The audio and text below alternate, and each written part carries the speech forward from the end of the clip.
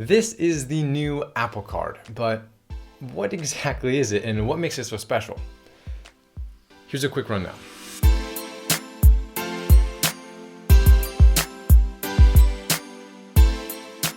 So at their latest keynote, which was kind of interesting. Hello there! Hi, it's me!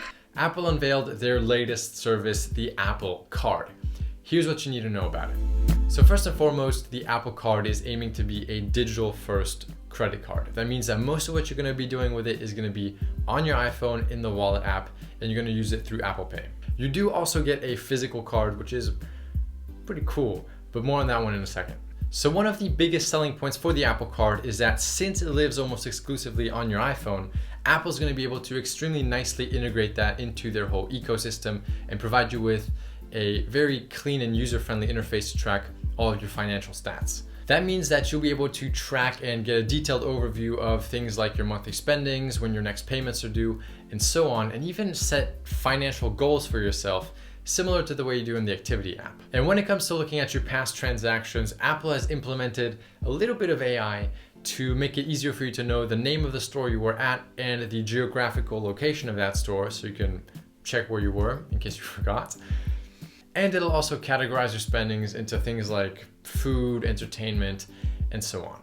Now, another key aspect of this card is that Apple says it's going to be completely free, no fees. That means no annual fees, no transaction fees, no late fees, and no international fees, making the card basically completely free. Oh, and for those of you who are interested, the interest rate on the Apple Card is going to be anywhere between 13.24 and 24.24%, depending on your credit worthiness. Up next, the cashback system.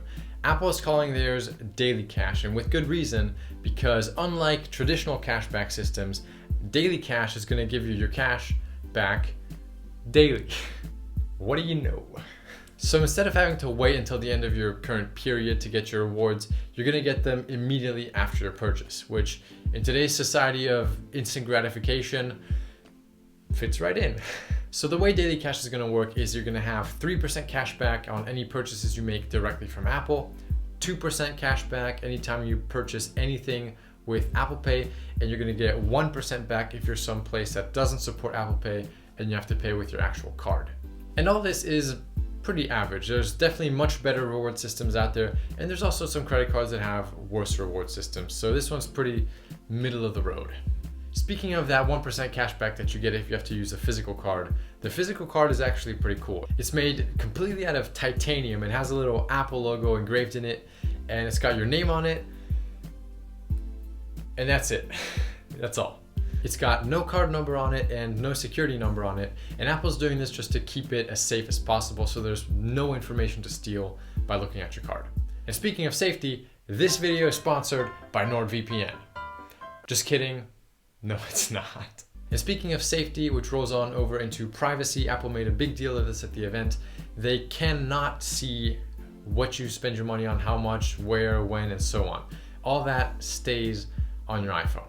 Also, the bank that Apple is working with to bring you the Apple Card, Goldman Sachs, has agreed to not share any of your personal information with third parties. And finally, 3 more quick little details. The sign-up process is supposed to be super easy and super fast. Apple is claiming that they'll have a really great customer support system that'll be super easy to access as well. And finally, you can get the card starting in the summer. That's all. So there you have it, the Apple Card. I think this would be cool if you were already deeply rooted within the Apple ecosystem, or just a big fan of Apple, or that titanium card. But for anyone else, I don't know. A lot of people agree on the fact that the Apple Card isn't anything super special. So I don't know if that's going to justify switching over for a lot of people. But let me know what you guys are thinking about doing in the comments below. Thank you so much for watching. If you want to watch another video, one of mine that is, you can click right there. This is the one YouTube thinks you should watch. And even more importantly, click that button right there. It does something crazy cool, but I can't tell you what it is. You have to click on it to find out.